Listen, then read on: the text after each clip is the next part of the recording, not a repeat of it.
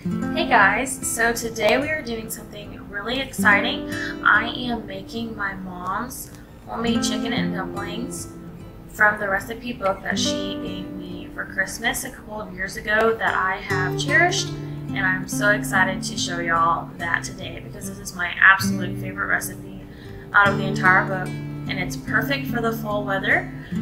And so yeah, if you are interested in that, just keep watching.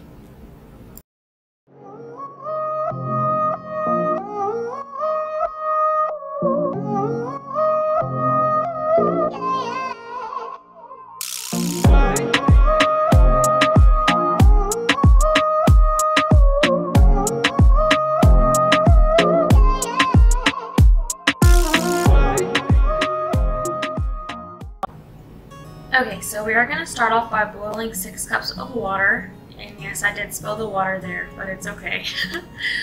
You can add more or less depending on what thickness you would like your chicken and dumplings to be. I add less usually because I like mine on the thicker side. I also added today 4 cups of chicken broth, but you can add more of that as well depending on what type or like how strong you want the chicken flavor to be.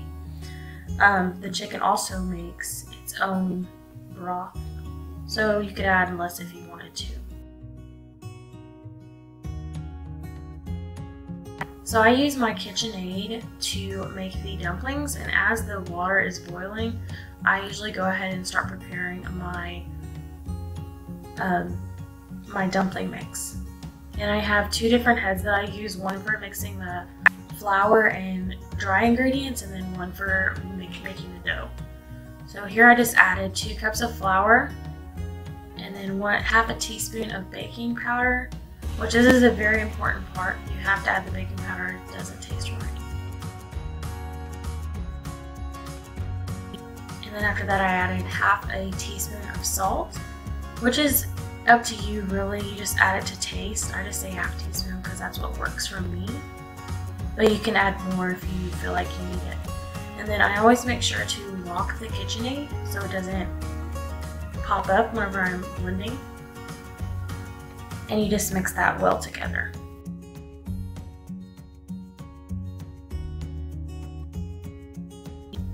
The next I'm adding 2 tablespoons of butter. As it's mixing in the mixer, I just add them like little pieces like this to the batter and mix it really well.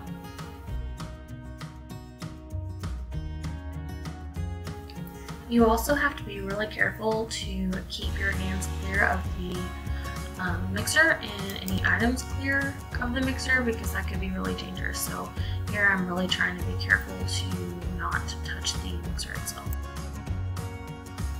I always have my chicken boiling as I'm making the dumpling batter as well. Now continuing with our dumpling batter, I'm going to add 1 cup of milk to the dry mixture.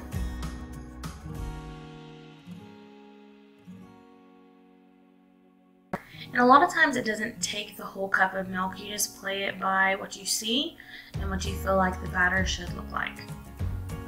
So I just add it on in here and add it slowly so it mixes together evenly and makes a nice consistent dough.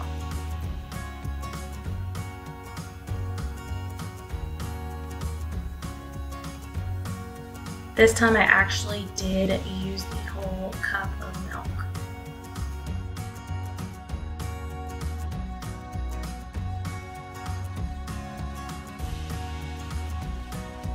Your dough should end up looking like this.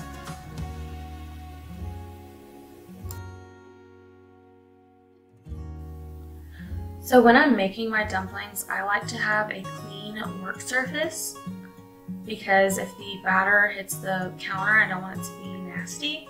So I always clean it off really well and make sure it's dry. And then I lay down parchment paper or wax paper. Today I only had wax paper, so I just put some wax paper down there. And as you can see, the chicken is done boiling. So I'm leaving that to the side so it can cool down while I finish making the dumplings.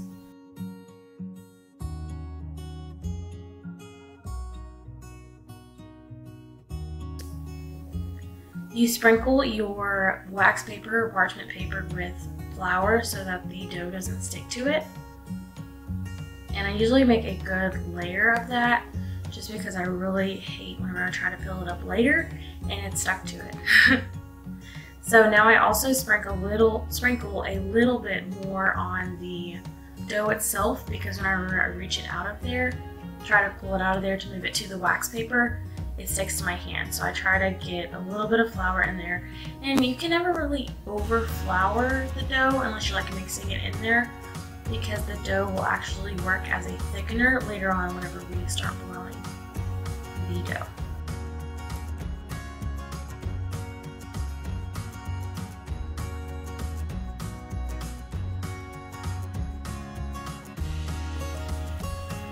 So now that I have it on my wax paper, I'm going to sprinkle a little bit more flour on there.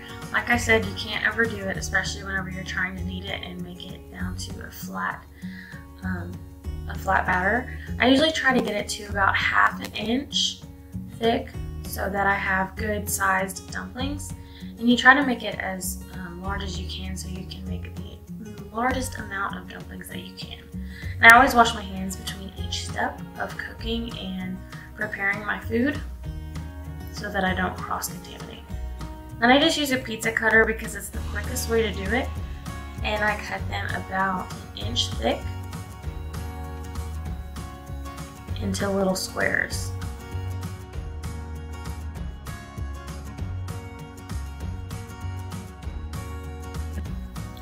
And as you can see here, I like to sprinkle a little bit more flour so that it falls in between the pieces of dough that I've cut. So whenever I pull them apart to go put them in the water that's boiling, they don't stick together. And you gotta make sure that when you are about to stick them in that the water is completely boiling. It's gotta be a rolling boil, or else they're gonna stick together or stick to the bottom of the pan. So I just gather a few up in my hands and take them over to the water. And I drop them in one at a time because it splashes and you gotta be really careful because it's hot.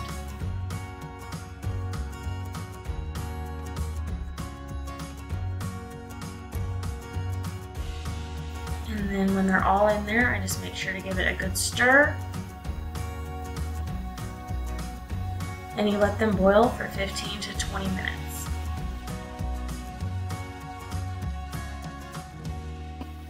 Now my chicken has cooled down and it's cold enough for me to shred.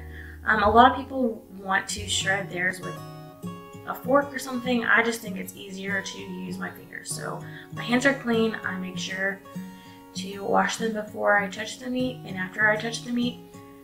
And I just like to shred them with my fingers. And then I stir again and add the chicken to the boiling water.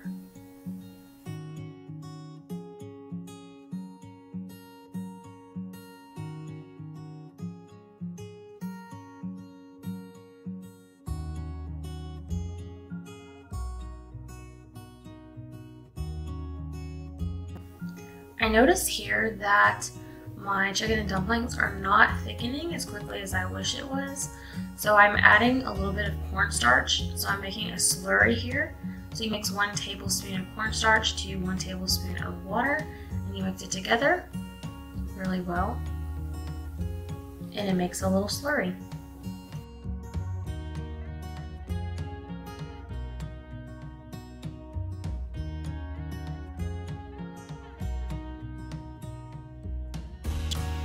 And then I add it to the chicken and dumplings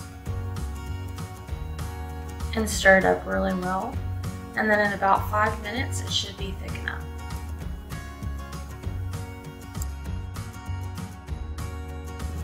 And this is the finished product. I really hope that y'all liked this video. And if y'all did, I hope that you would like, comment, and subscribe. And don't forget to put that notification bell on so that you get notified whenever I post videos in the future. Thank you so much for watching.